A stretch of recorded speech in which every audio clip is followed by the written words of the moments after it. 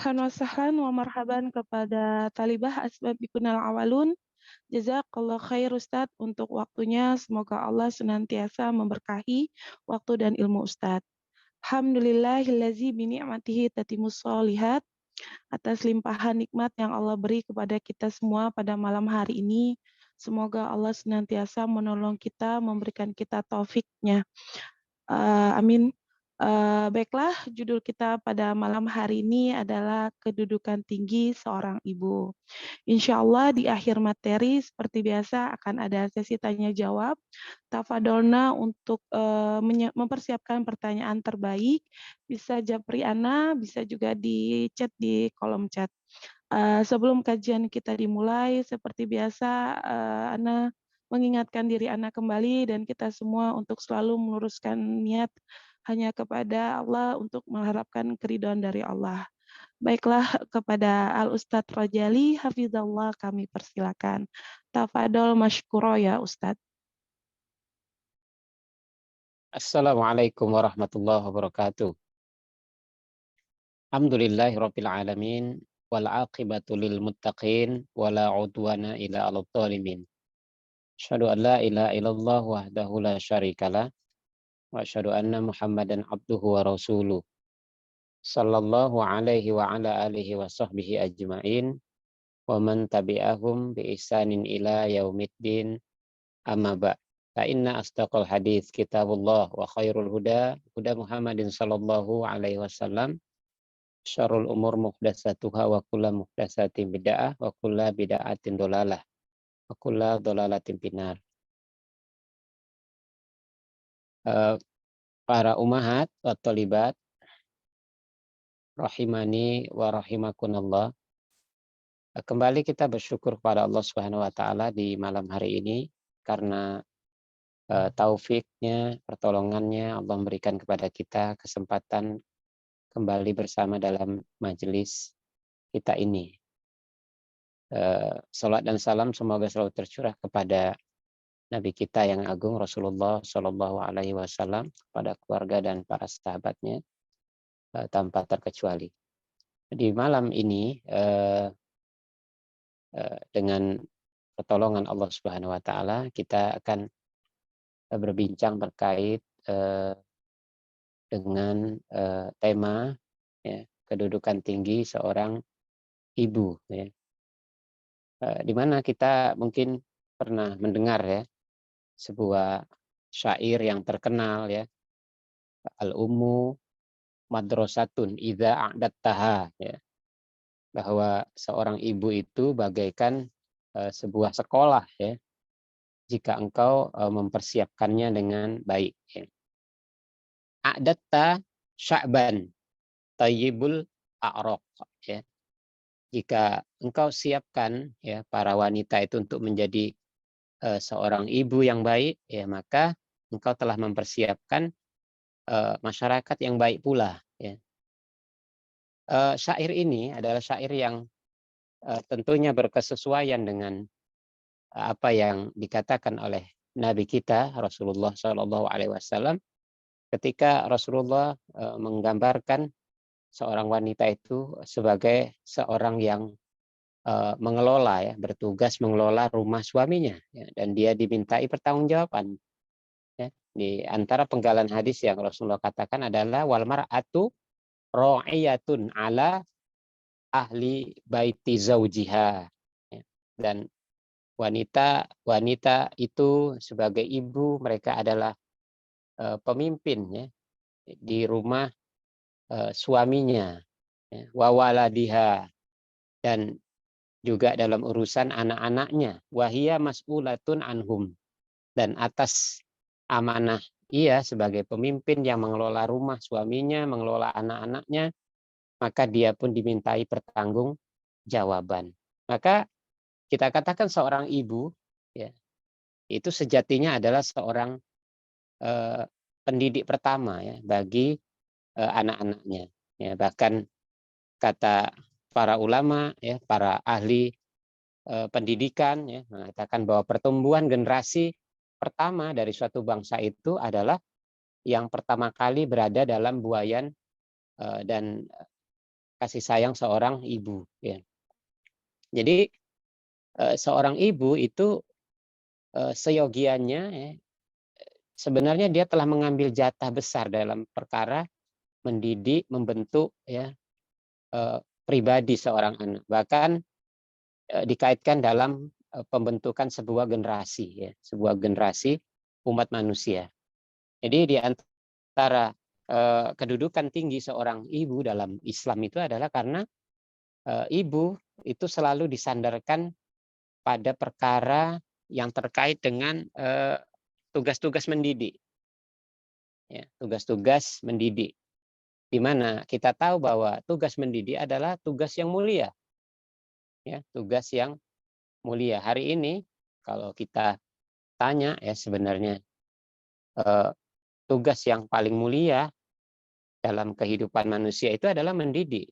Ya, oleh karenanya para guru, ya, sebenarnya mereka sedang menjalani tugas-tugas mulia, ya. Ya, seorang yang mendidik, nah, tidak boleh semata-mata melihat dari sisi ukuran gaji, ya, ukuran berapa mereka dibayar, tetapi sungguhnya mereka sedang menjalankan sebuah tugas yang sangat mulia, ya. Apalagi pendidikan yang mereka jalankan itu berkaitan dengan perkara-perkara agama atau perkara-perkara umum yang mereka hubungkan dengan eh, ketaatan kepada Allah Subhanahu wa taala. Maka ini adalah perkara yang mulia. Maka eh, seorang ibu dikatakan mulia, kedudukannya tinggi karena mereka memiliki tugas yang mulia, ya, tugas yang bukan main-main, ya. Hingga Rasulullah pun Shallallahu Alaihi Wasallam begitu memberikan perhatian yang besar kepada para ibu, ya, khususnya, ya, kepada para wanita secara umum. Sampai di satu khutbah pada haji wada, ya, haji perpisahan 83 hari sebelum Rasulullah Shallallahu Alaihi Wasallam wafat, ya, beliau setelah berkhutbah di depan para lelaki dan para wanita secara umum, kemudian Rasulullah turun dan mendekati sop-sop atau barisan kaum ibu, ya, lalu memberikan wasiat kepada para ibu. Ini menunjukkan betapa Rasulullah begitu perhatian terhadap keberadaan dan peran, ya, para ibu, ya. Nah, di antara kalimat yang indah yang penuh makna dari para ulama, ya, terkait dengan apa namanya, peran seorang ibu yang tinggi itu adalah seperti yang disampaikan oleh eh, salah seorang ulama terbesar, ya, abad ini, ya, beliau adalah As-Syaikh Muhammad bin Shalih Al-Utsaimin, ya, di mana beliau mengatakan, ya, sesungguhnya kaum ibu, ya, mereka adalah wanita-wanita yang memiliki peran yang teramat agung, ya, memiliki peran yang teramat penting dalam kaitannya apa namanya, memperbaiki generasi dan memperbaiki kondisi masyarakat.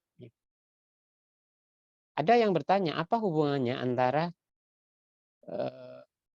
kedudukan seorang ibu yang penting dengan pembentukan generasi dan masyarakat, ya.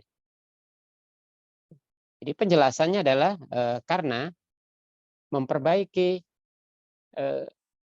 tatanan masyarakat, ya, membentuk sebuah generasi yang baik itu bisa dilakukan dengan dua cara, ya.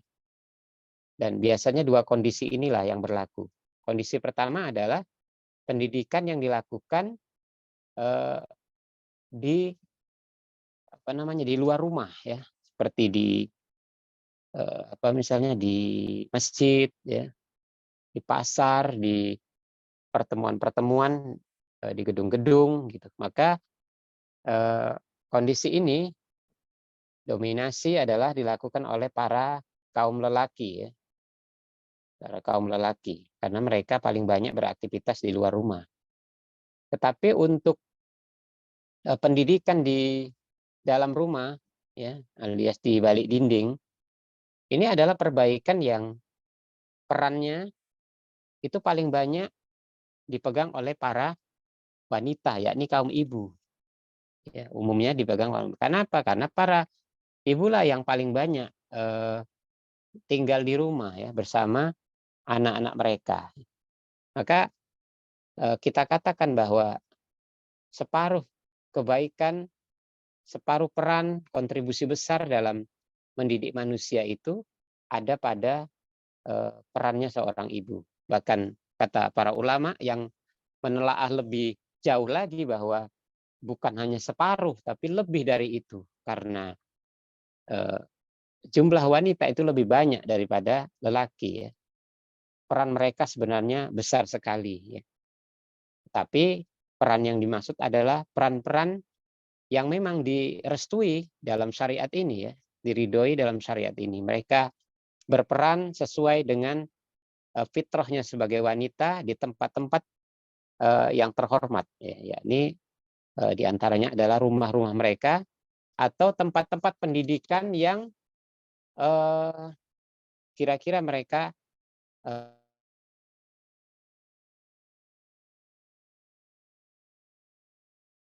tetap terhormat, ya,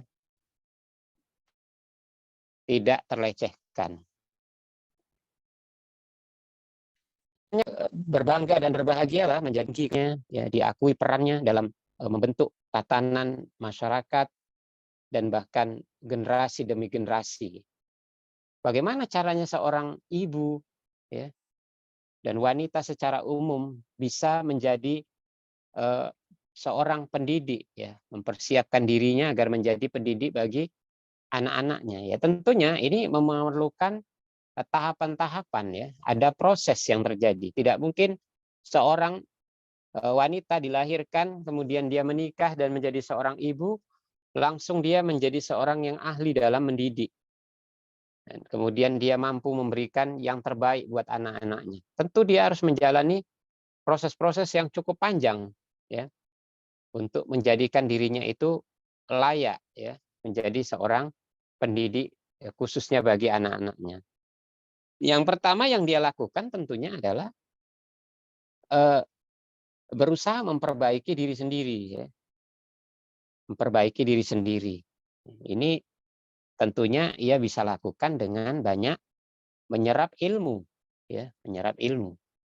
Bagaimana diharapkan seorang ibu, ya, dia bisa mendidik generasi menjadi lebih baik kalau dirinya sendiri tidak baik, ya. Maka seorang yang memperbaiki dirinya diharapkan dia bisa menjadi pendidik yang baik, ya. Karena pada dirinya telah ada ketakwaan, ya, yang bersumber dari ilmu yang ia pelajari. Tanpa ilmu agama yang memadai, tidak bisa diharapkan seorang ibu bisa mendidik anaknya. Karena seorang ibu yang tidak memiliki ilmu syar'i yang memadai, bagaimana dia menakar sebuah kebaikan? Ya, bagaimana dia menakar sebuah kebaikan? Dia tidak mengerti kebaikan itu. Tentunya ibu yang hanya pintar mengumbar-umbar aurat, ya, berjoget-joget di depan apa namanya, di depan layar misalnya, nggak ada yang dia bisa berikan kepada anaknya kecuali perkara-perkara yang dia biasa lakukan seperti itu, dan dia tidak bisa dia takar apakah itu kebaikan atau keburukan, ya. Tapi yang dia lakukan adalah sesuatu yang menurut dia happy, ya. Oleh karenanya ungkapan orang Arab, ya, faqidu syai'i la yu'ti, ya. Faqidu syai'i la yu'ti, ya. Seseorang yang tidak punya apa-apa, dia nggak akan bisa memberi apa-apa. Artinya seorang yang kosong tanpa ilmu, ya tentu bagaimana dia mau mendidik. Orang yang mendidik itu orang yang sudah berisi. Ya. Maka jangan remehkan bahwa wanita nggak perlu berpendidikan, wanita nggak perlu tinggi-tinggi ilmunya. Ya, siapa bilang wanita justru perlu ilmu yang tinggi karena mereka adalah para pendidik, ya, yang pertama, ya, yang membuat anak-anak mereka menjadi hebat. Maka sekali lagi kebaikan dan ketakwaan seorang ibu itu sangatlah menentukan ya dalam meraih keberhasilan ya, mengarahkan anak-anaknya. Yang bisa dilakukan seorang mendidik anak-anaknya adalah eh, dia bisa menjadi teladan ya bagi anak-anaknya. Dan ini tentunya masih ada korelasinya dengan yang pertama tadi ya, memperbaiki diri. Karena seorang bisa menjadi teladan kalau dia bisa menimbang, dia memiliki timbangan yang patut ya. Karena disebut teladan berarti kan dia bisa memberikan contoh-contoh yang baik ya. Menampilkan keteladanan yang baik dalam sikap dan tingkah laku di depan anak-anaknya. Dan ini adalah di antara metode pendidikan yang baik ya, yang paling baik. Bahkan kata para ulama, perilaku ya, perilaku yang baik, tingkah laku yang bisa diteladani itu pengaruhnya bisa jadi lebih besar daripada sekedar ucapan. Kalau ada seorang tua yang melarang anaknya dalam perkara sesuatu, tetapi di kesempatan yang lain dia memberi contoh yang apa yang dia larang, maka ini bukan keteladanan ya. Dan pasti ini akan menyebabkan kesia-siaan dalam metode pendidikan ya. Anak tidak merasa sedang diajari sesuatu yang benar. Maka seorang yang memberi keteladanan hendaklah memiliki pengetahuan yang memadai ya, akan hal itu. Maka di antara hikmah mengapa Allah Subhanahu wa taala banyak mengirimkan kisah-kisah di dalam Al-Qur'an ya, kepada Rasulullah SAW itu adalah dalam rangka sebagai pengajaran kepada beliau ya, betapa orang-orang terdahulu ya, nabi-nabi, di antara nabi-nabi, para rasul, orang-orang soleh, mereka adalah orang-orang yang juga tertimpa berbagai macam ujian yang berat dan mereka sabar. Allah ingin memberikan pengajaran seolah-olah pengajaran secara langsung berupa hikmah dan kisah kepada Rasulullah SAW, sekaligus ingin memberikan peringatan kepada kaum mukminin secara umum ya. Jadi seorang ibu hendaklah dia bisa menjadi contoh dalam ketakwaan ya, dalam amal soleh, akhlak di dalam rumahnya, di hadapan anak-anaknya ya.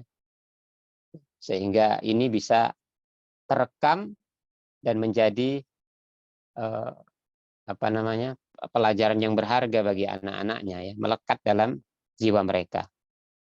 Misalnya seorang ibu, kalau seorang ibu di, dikenang oleh anak-anaknya sebagai ibu yang menjaga kehormatannya ya, selalu tutup aurat ya, tidak bermudah-mudah dalam berinteraksi dengan lelaki yang bukan mahramnya ya, kemudian dikenal sebagai ibu yang jujur ya, memiliki kelemah lembutan dan lain-lain, maka ini akan meresap pada diri anak ya. Sebaliknya, jika seorang ibu ya tidak bisa memberikan keteladanan, eh, hobi umbar-umbar aurat ya, mengajak anaknya berjoget-joget ya, cenderung kepada musik-musik dan seterusnya, hal-hal yang diharamkan, maka terbentuklah anak yang terbiasa dengan kemaksiatan-kemaksiatan. Oleh karenanya, ketika seorang yang bernama Muhammad Al-Ataqi ya, datang kepada salah seorang ulama salaf yang bernama Ibrahim Al-Harbi ya, dan beliau saat itu membawa anak-anaknya, maka Al-Imam Ibrahim Al-Harbi bertanya kepada Muhammad ini, apakah yang engkau bawa ini adalah anak-anakmu? Maka Muhammad mengatakan benar. Beliau pun ya, Al-Imam Ibrahim Al-Harbi mengatakan, hati-hatilah ya, jangan sampai anak-anakmu melihat engkau melanggar larangan Allah ya, sehingga wibawamu jatuh dan pendidikanmu atau cara mendidikmu diabaikan. Jadi hati-hati bagi para orang tua ya, terutama ibu ya, jangan bermudah-mudah menunjukkan keburukan sikap ya, sifat akhlak ya, apalagi yang terkait dengan pelanggaran-pelanggaran dalam agama. Karena ini akan direkam oleh anak-anak ya, dan anak-anak akan mengenangnya sebagai sebuah pendidikan yang mereka mereka dapatkan dari seorang ibu. Bisa dibayangkan bagaimana jika seorang ibu adalah ibu yang buta agama, tidak pernah belajar agama, tidak mendirikan sholat, ya, yang durhaka pada suaminya, yang bermudah-mudah dalam urusan dosa. Bisa kita bayangkan jadi apa anak-anaknya, ya, mendapatkan contoh dari seorang ibu yang buruk ya, karena buruk juga pemahamannya. Kemudian yang berikutnya adalah yang bisa dilakukan seorang ibu dalam mendidik anaknya itu adalah dia bisa memilih metode yang baik ya. Dan di antara metode yang baik itu adalah dengan cara membiasakan anak-anak itu sejak dini, sejak kecil itu melaksanakan perintah Allah dan disebutkan juga di antara larangan-larangan Allah. Jadi eh, ini dilakukan tujuannya tentu agar mereka terbiasa dalam ketaatan kepada Allah. Oleh karenanya di antara yang disebutkan dalam syariat sebagai sebuah anjuran dan perintah adalah mengajarkan anak-anak sholat saat mereka 7 tahun ya. Muru auladakum wahum bisa ba'i sinin ya. Suruhlah anak-anakmu, artinya ajarkan mereka sholat dalam kondisi usia mereka 7 tahun ya. Watribuhum wahum asyru sinin ya. Dan pukullah mereka ya dengan pukulan yang mendidik, artinya bukan pukulan yang membekas saat mereka masih bermalas-malas sholat di usia 10 tahun. Ini adalah tahapan-tahapan dalam mendidik ya. Anak-anak secara umum ya kalau masih kecil itu tidak dibebani oleh syariat karena mereka bukan mukallaf ya, belum belum menerima beban hukum, sehingga secara umum misalnya anak-anak kecil mereka kelihatan aurat juga nggak apa-apa ya, tidak apa-apa. Tapi kalau misalnya orang tua mulai memperkenalkan kepada mereka yang namanya aurat, tutup aurat, masih usia TK pun sudah dikenalkan hijab ya, yang laki-laki pakai celana panjang, ini adalah perkara-perkara yang baik ya. Artinya berusaha mengajarkan kepada mereka sejak dini urusan perintah dan larangan ya, sehingga ini menjadi membekas ya. Mereka terbiasa dari kecil. Kita lihatlah kalau anak-anak dari kecil diajarkan kepada mereka kalau buang air kecil jangan sembarangan tempat, mesti di toilet ya, mesti dibasuh ya. Maka kita tidak akan temukan dikala mereka dewasa buang air kecil sembarang tempat ya, di pinggir-pinggir jalan ya, di samping kendaraan ya. Tidak akan pernah terjadi. Usia anak TK saja kalau dia dibiasakan dari kecil dia nggak akan pernah buang pipis sembarangan. Ini berbeda kalau misalnya itu tidak diajarkan sejak kecil, di mana mereka terasa sesak mereka buang air kecilnya mau di depan rumah, mau di depan masjid, ya mau di taman, di mana saja. Kenapa? Karena tidak terbiasanya orang tua mengajarkan hal-hal yang baik. Oleh karena penyair mengatakan anak kecil itu akan tumbuh dewasa di atas apa yang terbiasa diajarkan kepada mereka ya. Apa yang biasa mereka dapatkan dari orang tuanya. Itulah anak-anak. Karena kita tahu bahwa pohon itu pasti tumbuhnya di atas akarnya. Ya, secara umum pohon itu tumbuh di atas akarnya. Ya, nggak mungkin akarnya di jarak 1 meter baru dia tumbuh. Dia selalu tumbuh di atas akarnya. Artinya anak-anak itu tumbuhnya ya di atas pendidikan orang tuanya. Jadi bagaimana orang tuanya mengajarkan, kira-kira begitulah anak itu tumbuh. Dan yang berikutnya, yang ke berapa? Keempat, eh, di antara yang bisa dilakukan dalam mendidik ya bagi para ibu itu adalah serius, serius ya, bersungguh-sungguh dalam mendidik ya. Karena kita tahu anak adalah amanah, maka orang tua, terutama ibu harus serius dalam menunaikan amanah untuk mendidik ya. Tentunya mendidik berdasarkan apa namanya petunjuk agama yang suci, yakni agama Islam. Dan kewajiban pertama yang diajarkan kepada mereka adalah terkait dengan masalah keimanan, ya, rukun iman, ya, menanamkan tauhid, ya, rukun Islam. Jadi anak-anak mulai dikenalkan dengan rukun iman. Ya. Inilah yang kata As-Syaikh Muhammad bin Shalih Al-Utsaimin, ya. Beliau mengatakan anak-anak pada masa awal-awal pertumbuhan mereka, ya, yang selalu bersama mereka itu siapa? Adalah para ibu, ya. Ibu yang memiliki keimanan, ya, memiliki akhlak, ya, memiliki pemahaman yang baik terhadap Islam, ya. Itu tentu akan bisa menjadi penganyom dan pendidik bagi anak-anaknya sehingga anak-anaknya tumbuh menjadi lebih baik, ya.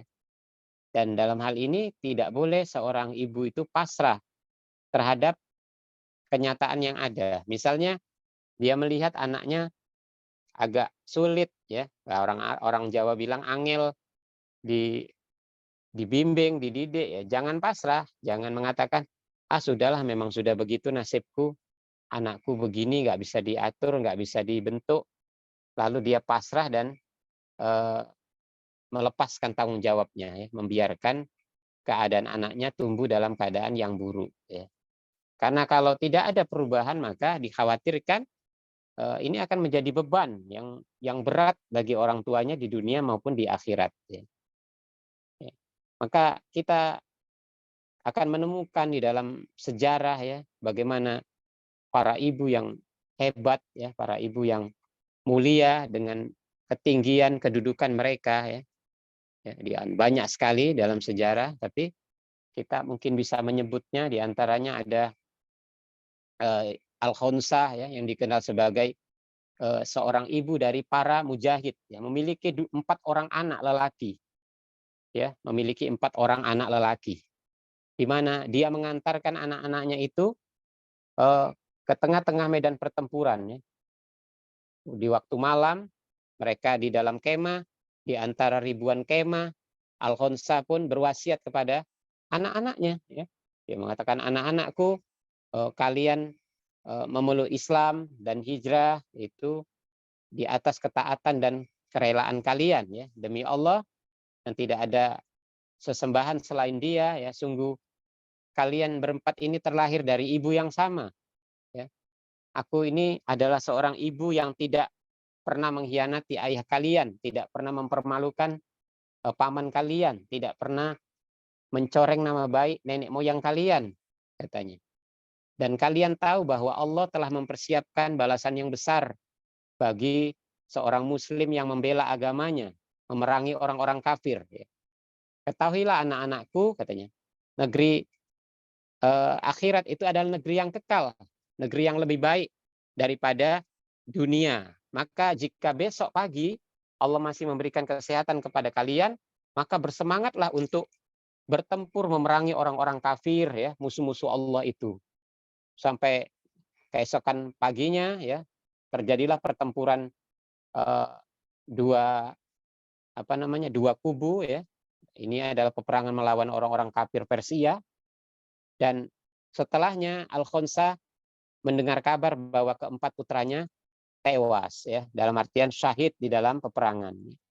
Apa yang dikatakan Khonsah? Dia mengatakan segala puji bagi Allah, ya, yang telah memuliakanku dengan kematian anak-anakku, dan aku berharap Allah mempertemukanku dengan mereka, ya, bersama mereka dalam kasih sayangnya. Ini adalah gambaran seorang ibu yang dipenuhi dengan ketakwaan, ya, dipenuhi dengan pemahaman kehidupan yang sebenarnya. Tujuan hidup itu adalah untuk kehidupan yang kekal, dan dia mengajarkan kepada anaknya bahwa yang kekal itu akhirat, nak, gitu. Tentu sangat berbeda dengan kebanyakan para ibu yang hanya menggandrungi dan tergila-gila dalam urusan perkara dunia, ya. Mendidik anak semuanya ukurannya dunia, mencapai kesuksesan ukurannya dunia, ya.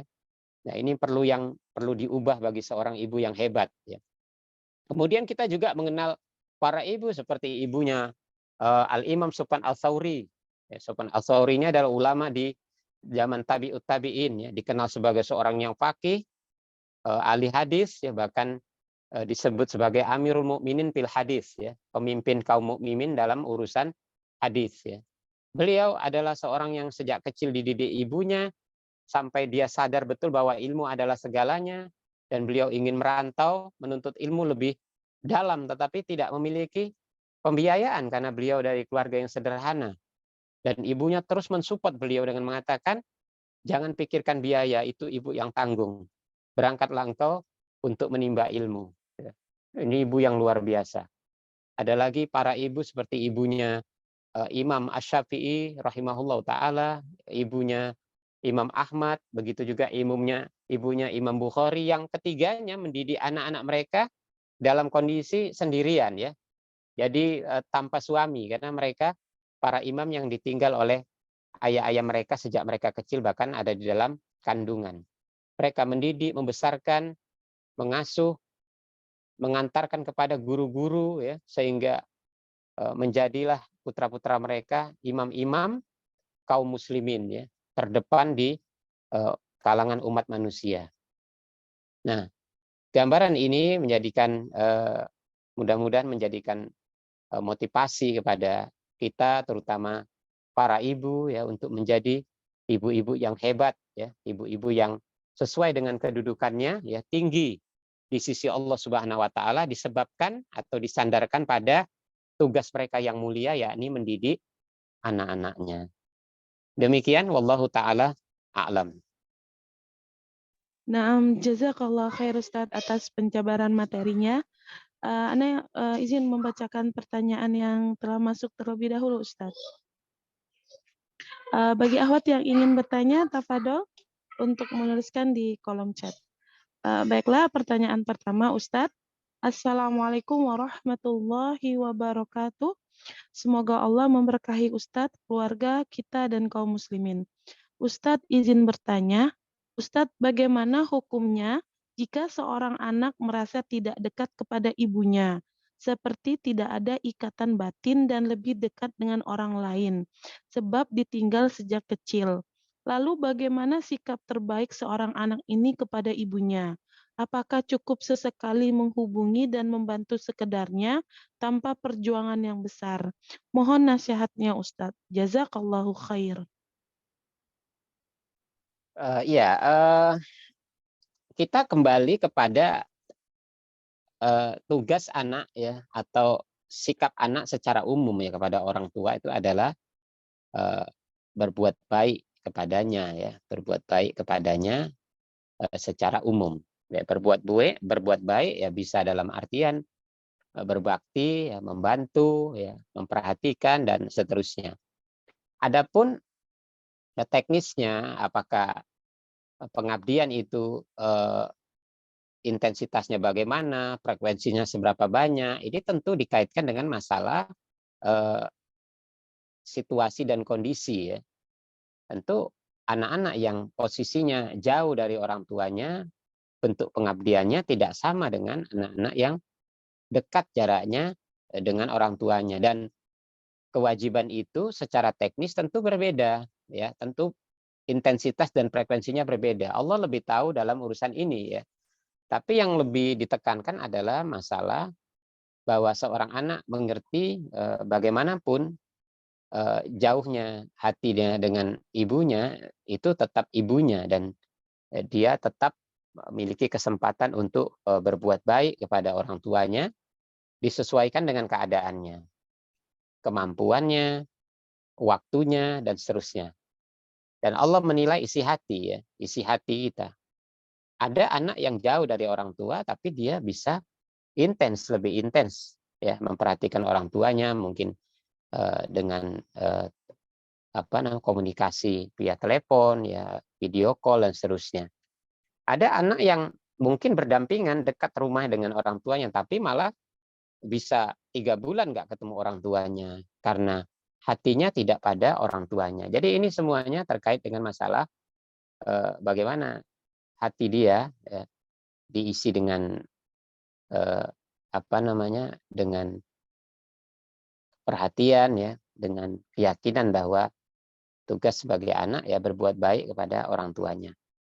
Artinya yang ditanyakan adalah perkara hubungan emosional ya. Anak yang sejak kecil ditinggal oleh ibunya maka otomatis merasa jarak jauh ya, hati pun tidak begitu dekat ya. Maka yang berperan di situ adalah hati seorang anak yang telah belajar agama dan dia paham bahwa tidak ada istilah putus hubungannya dengan orang tua ya, kecuali dia harus tetap berbakti eh, sesuai dengan kemampuan yang dia miliki. Nah, wallahu alam. Nah, Ustadz, pertanyaan selanjutnya Ustadz. Assalamualaikum warahmatullahi wabarakatuh Ustadz. Ustadz izin bertanya, apakah orang tua yang membiarkan anaknya untuk selalu bermain HP atau games termasuk orang tua yang mudah lelah dalam membimbing anaknya? Jazakallahu khair Ustadz. Iya, ya, ya benar ya. Karena ini adalah zaman yang berat ya dalam mendidik anak, terutama di usia-usia mereka yang mereka sudah bergaul dengan teman-temannya, kemudian mereka dapat informasi tentang keseruan-keseruan dan keasikan-keasikan dalam permainan, dan diantaranya adalah mempergunakan gadget sebagai alat untuk memuaskan keinginan mereka dalam bermain. Nah, di sini tentunya kita akan dapati bermacam-macam bentuk komitmen dan sikapnya para orang tua. Ada orang tua yang menyadari ini adalah sebuah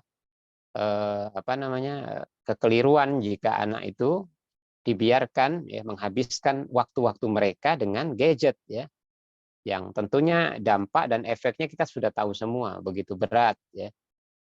Ada anak yang akhirnya kecanduan ya, tergila-gila dengan gadget, jadi anak ada yang jadi tukang mencuri, jadi anak yang tukang bohong, jadi anak yang tukang melawan orang tua. Itu kita sudah rasakan bersama ya, sama orang tua yang memiliki anak-anak yang sudah terlanjur dekat dengan gadget.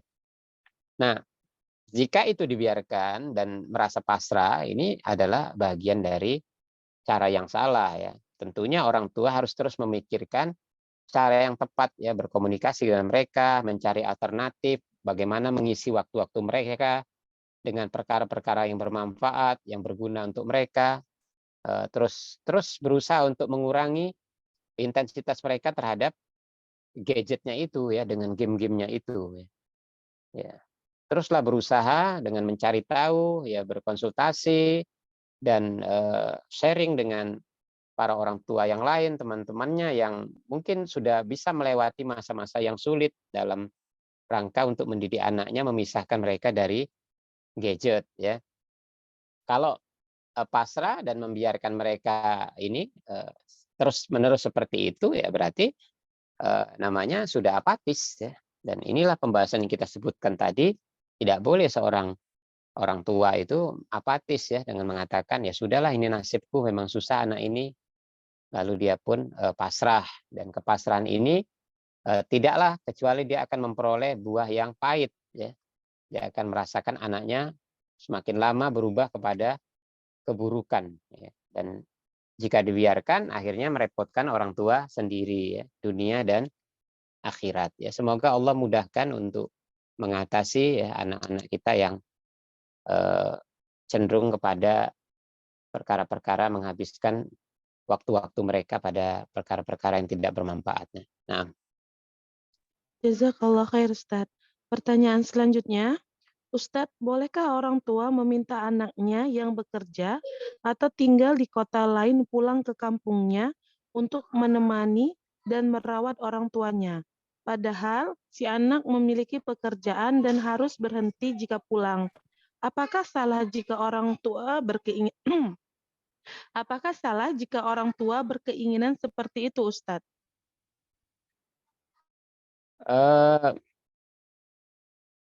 secara umum tidak ya, tidak ya. Tentu dilihat lagi kondisinya ya, kondisi orang tuanya.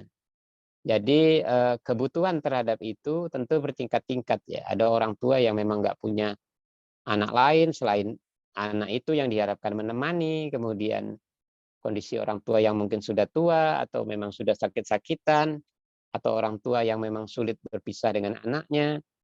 Kemudian mencarikan alternatif ya, anaknya bisa bekerja tapi tetap dekat dengan orang tua.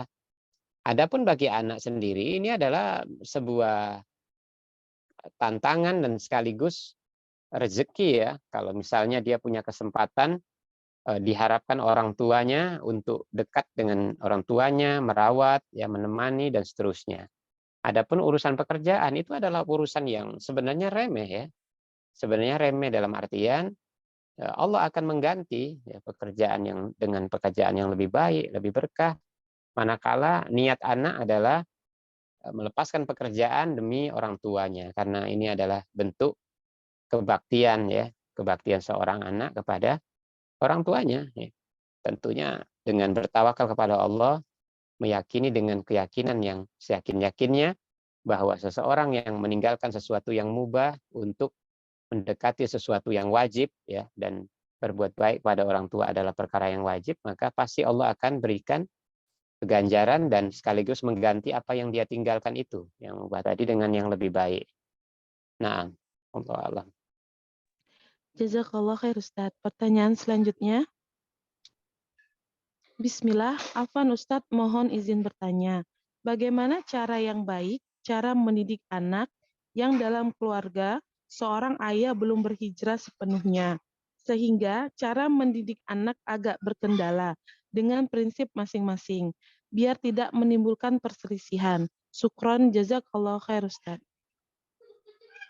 Ya, ini antara siapa tadi? Ayahnya dengan Ayah dan ibunya sudah hijrah alhamdulillah, tapi suaminya belum hijrah sepenuhnya Ustadz.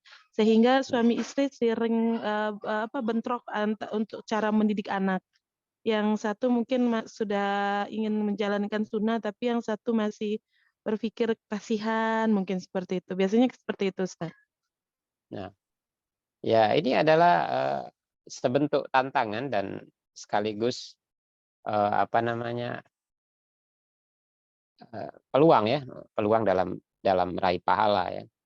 Bagi yang sudah hijrah ya ini adalah tantangan sekaligus ujian ya, dan peluang pahala ya jika dia berusaha untuk bersabar ya. Yang dia bisa lakukan. Orang yang tahu itu kan kalau dia melihat orang yang nggak tahu kan yang dia lakukan adalah bagaimana caranya yang nggak tahu jadi tahu gitu. Karena berperang pun kan nggak ada guna. Karena seseorang yang nggak tahu itu seling menyalahkan orang yang tahu ya, dan dia memusuhi sesuatu yang dia nggak tahu. Itu masalahnya. Jadi kalau orang yang sudah hijrah bertemu dengan orang yang sama sekali belum tersentuh ya, maka tugas dia adalah menjalin kedekatan supaya dari kedekatan yang intens itu kalimat-kalimat yang keluar dari lisannya dalam memahamkan itu bisa diterima ya, bisa diterima. Apalagi pasangan ya. Kan nggak ada orang yang lebih dekat daripada pasangan. Tidur bersama, makan bersama, ya tentunya banyak waktu dan kesempatan untuk bisa sedikit demi sedikit memperkenalkan apa yang dia sudah dapat dalam proses hijrahnya. Ya. Selebihnya ya tentunya bersabar dalam proses itu ya. Tidak mungkin sekali jadi ya. Sesuatu yang harus dihadapi ya dihadapi dengan baik. Berdoa kepada Allah Subhanahu wa taala agar Allah memberikan taufik kepada sang suami, kemudian berupaya untuk bisa mengkomunikasikan apa yang didapat ya tentunya dengan proporsional ya, dengan kelemah lembutan sebagai seorang istri ya, menghargai kepemimpinan seorang suami ya, dan melakukan ketakwaan dan sikap yang bisa dilakukan sebagai seorang istri kepada suami dan sebagai seorang ibu kepada anak. Selebihnya serahkan kepada Allah Subhanahu wa taala. Karena hal-hal yang begini ini juga terjadi di zaman salaf ya. Bahkan di zaman para nabi ya. Bukankah kita tahu para rasul pun menghadapi hal seperti ini. Kita lihat Nabi Nuh ya, dia tidak sejalan dengan istrinya ya, sehingga anaknya pun menjadi kufur kepada Allah Subhanahu wa taala. Begitu juga Nabi Ibrahim tidak sejalan dengan ayahnya. Yang dilakukan adalah nasihat. Nasihat sampai di ujung-ujung datangnya azab Allah pun nasihat tidak diterima ya apa boleh buat. Begitu juga yang menimpa Nabi Lut. alaihi salam. Oleh karenanya, jangankan kita, mereka adalah para kekasih Allah, pilihan Allah dari kalangan manusia, ya mereka juga menghadapi perkara yang sama, apalagi kita. Yang penting kita memaknainya positif saja. Ini adalah ladang pahala, ini adalah tantangan, dan ini adalah sebuah kewajiban kita yang sudah belajar untuk di antara adab dalam menuntut ilmu itu adalah mendakwahkannya kepada orang lain, terutama dari kalangan keluarga. Ya ayyuhalladzina amanu qu anfusakum wa ahlikum naro. Kayak orang-orang yang beriman, eh, jagalah dirimu dan keluargamu dari api neraka. Ya. Jadi ini adalah kewajiban kita bersama tentunya, terutama para eh, apa, eh, kepada para kerabat, ya orang-orang yang dekat mengitari kita. Nah, Nah, Ustadz, pertanyaan selanjutnya. Bismillah. Ustadz, saya seorang pengajar mengaji secara online. Akhir-akhir ini saya sakit agak lama. Suami saya kasihan dan menyuruh saya untuk istirahat beberapa hari. Tapi saya tidak tega dengan murid-murid saya karena akan kehilangan waktu belajar. Apabila suami bekerja, bolehkah saya tetap mengajar Ustadz? Tapi bila suami ada di rumah, saya tidak mengajar karena tidak ingin membuat suami khawatir. Mohon pencerahannya Ustadz. Jazakallahu khair. ya, alhamdulillah ya. Semoga Allah memberikan eh, ganjaran dan pahala yang besar ya kepada eh, ibu yang bersemangat dalam mengajarkan Al-Quran kepada murid-muridnya ya. Khairukum man ta'allama al-Qur'ana wa 'allama, ya sebaik-baik kalian adalah orang yang belajar Al-Quran dan mengajarkannya.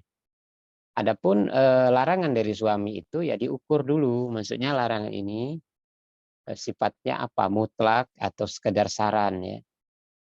Kalau dan ini juga diukur apakah dengan meneruskan tidak meliburkan semacam kajian Quran itu ya tidak sampai memudaratkan diri. Kalau memang merasa bahwa itu tidak sampai memudaratkan diri, maka tetap bisa dilakukan ya. Tentunya karena Allah Subhanahu wa taala. Yang lebih baik adalah meyakinkan dan bisa memastikan kepada suami bahwa ini tidak masalah, justru ini bisa jadi obat ya. Ceritakan bagaimana dulu eh, Syekhul Islam Ibnu Taimiyah rahimahullah taala ketika beliau sakit ya, maka tabibnya, dokternya melarang beliau untuk beraktivitas ya. Di antara aktivitas yang paling disukai oleh Imam Ibnu Taimiyah ini adalah membaca ya, membaca. Maka dilarang membaca, kata dokter, banyak istirahat gitu. Maka kata Ibnu Taimiyah, eh, bolehkah aku bertanya, bukankah suasana hati dan jiwa yang senang itu bisa jadi obat bagi penyakit? Ya. Maka dokternya mengatakan, iya benar. Nah kalau begitu, membaca bagiku adalah sebuah kesenangan dan membuat hatiku menjadi damai. Ya, maka membaca bagiku adalah perkara yang bukan memberatkan tetapi menyembuhkan. Maka dokter pun nggak bisa ngomong. Ya. Dokternya akhirnya nggak melarang Ibnu Taimiyah beraktivitas membaca. Begitu juga kalau bisa memastikan kepada suami bahwa mengajar online dengan anak-anak itu justru membuat gembira, ya, membuat suasana hati jadi tenang ya. Maka ini diharapkan bisa menjadi obat ya, mempercepat kesembuhan. Kalau suami yakin tentu diizinkan dan ini adalah kondisi yang terbaik karena tidak ada suami di hadapan kita, kita tetap bisa ngajar karena dia sudah mengizinkan atas dasar penjelasan dari kita secara utuh ya, secara baik dan utuh ya. Semoga dua-dua dapat manfaat dan maslahat ya. Istri punya semangat untuk mengajar dan suami mengerti, memahami bahwa ini adalah kondisi yang tidak memberatkan istrinya. Nah, Nah, Ustadz, jazakallah khair. Insya Allah ini pertanyaan terakhir, Ustadz. Ustadz, bagaimana menghadapi anak yang sudah balik, yang suka marah dan membantah kalau disuruh sholat? Apa kita harus keras? Apa si ibu harus memaksa dengan mengomel setiap hari? Jazakallah khair Ustaz. Ya, perhatikan dulu ya kondisi ini. Bisa jadi kondisi ini adalah kondisi belakangan ya. Artinya sebelumnya dia mendapatkan pendidikan yang pengarahan kepada syariat atau termasuk mendirikan sholat itu secara kagetan. Nah, ini tidak bertahap, mungkin tidak dari kecil begitu. Atau dia sudah jatuh kepada sebuah kebiasaan, pergaulan dan seterusnya yang menjauhkan dia dari eh, kenikmatan-kenikmatan dalam dalam pembelajaran syariat dan ibadah. Kalau kenyataannya seperti itu, maka bersabarlah ya. Artinya ya tentunya diteruskan semangat untuk mendidik anak, memerintahkannya dalam sholat ya. Kalau anak ini sudah balik ya, tentunya kita sudah berhadapan dengan anak yang sudah dewasa di dalam Islam. Maka pendekatannya adalah pendekatan persahabatan ya, kecintaan. Temani dia dalam waktu-waktu yang berharga, misalnya saat dia makan ya, atau saat-saat yang lain, saat bisa bersama dan seterusnya, dan berikan nasihat yang lembut ya. Sepertinya kalau anak sudah mulai balik ya sudah balik ya, tidak diperlukan lagi kekerasan ya. Ya, maksudnya dalam mendidiknya diajak untuk bertempur ya, ini akan gagal. Tapi bagi mereka adalah kecintaan ya, komunikasi ya, sehingga dia menyadari bahwa ini adalah keharusan bagi kita untuk tegak sholat, ini ada nilai yang berharga dan seterusnya. Ya mudah-mudahan dengan kecintaan, kasih sayang, kesabaran terus diberikan kepada anak, support kepada dia ya. Juga boleh ada iming-iming yang lain ya, reward-reward kalau dia konsisten terhadap yang diajarkan ya. Menggabungkan semua metode itu ya bisa memberikan harapan ya anak berubah tentunya dengan tidak meninggalkan doa kepada Allah Subhanahu wa taala. Tapi sadarilah bahwa tidak semua itu berasal dari anak ya, tapi bisa jadi dari kita sendiri sebagai orang tua. Kadang-kadang kan kita lalai sebelumnya ya.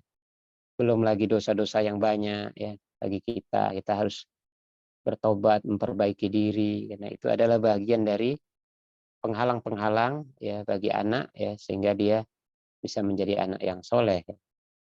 Kalau kita sendiri pun eh, apa masih jauh dari taubat ya, memperbaiki diri ya, maka anak pun sulit. Seandainya kita sudah berusaha terus memperbaiki diri, ya, bertobat, anak masih sulit, ya sudah jadi ladang pahala, kita terus dekap dia, rangkul dia agar dia bisa mengikuti jejak kita. Ya, semoga Allah Subhanahu wa taala mempermudah ya, dan terus memberikan limpahan pahala kepada para orang tua yang begitu bersemangat ya menjadikan keluarganya ya keluarga teladan bagi kaum muslimin, memperbaiki keadaan-keadaan mereka. Nah, Nah, Ustaz, alhamdulillah itu tadi pertanyaan terakhir. Tafadhol untuk ditutup kajian malam ini dengan nasihat singkat, Ustaz. nah jadi kita simpulkan ya dari pembahasan kita malam hari ini ya Umahat bahwa wanita-wanita yang hebat itu adalah wanita yang bisa menjadi ibu ya, yang bisa mendidik ya, bisa menanamkan karakter mulia kepada anak-anaknya ya, para ibu yang bisa menanamkan dasar-dasar agama ya, pokok-pokok akidah Islam untuk buah hatinya ya.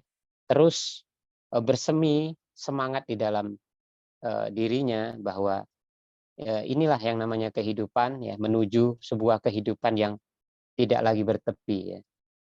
Kehidupan di dunia sebentar, tujuan kita adalah akhirat, maka proses di dalam mendidik itu tidak akan pernah berhenti sampai kita dipanggil oleh Allah Subhanahu wa taala. Dan apabila sebuah keluarga telah bisa bersama membangun sebuah orientasi bahwa mereka akan bersama-sama lagi dalam kehidupan yang tidak lagi berpisah, tidak lagi ada kematian, yakni kehidupan akhirat. Nah, inilah seideal-idealnya sebuah keluarga. Dan ingat bahwa para ibu, ya, sejatinya mereka adalah para pendidik nomor satu, ya, di tengah-tengah keluarganya. Mereka lah yang paling dekat dengan anak-anaknya, yang paling dekat emosionalnya, yang paling diharapkan bisa eh, lembut perangainya, kasih sayang dengan penuh perasaan dan seterusnya. Maka para ibu harus menjadi ibu-ibu juara, ya. Ibu-ibu yang mengisi batin-batin mereka, pengetahuan mereka dengan pengetahuan agama yang memadai, ya, sehingga itu bisa membantu mereka untuk bisa menjadi eh, seorang ibu yang mendidik di tengah-tengah keluarganya. Ya, semoga Allah Subhanahu wa taala memberikan kemudahan, ya, menolong keadaan para ibu, kemudian menjadikan semua proses yang dijalani itu sebagai limpahan pahala yang akan memberatkan timbangan amal yang kita sangat membutuhkan timbangan amal yang berat, ya. Faman sakulat mawazinu fahuwa fi 'isyatir radiyah. Siapa yang berat timbangan amal baiknya, maka dia akan tinggal di tempat yang dia sukai, yakni jannatun na'im, ya, surga yang penuh dengan kenikmatan. Subhanakallahumma wa bihamdik asyhadu an la ilaha illa anta astaghfiruka wa atubu ilaik. Wassalamualaikum warahmatullahi wabarakatuh. Waalaikumsalam warahmatullahi wabarakatuh, Ustaz. Jazakallah khair, Ustaz. Barakallahu fiik. Yang senantiasa membagikan dan menjadi jalan tersampainya ilmu kepada kami pada malam hari ini. Semoga apa yang Ustadz upayakan di jalan dakwah yang mulia ini menjadi sebab keridhaan Allah turun terhadap Ustadz dan keluarga.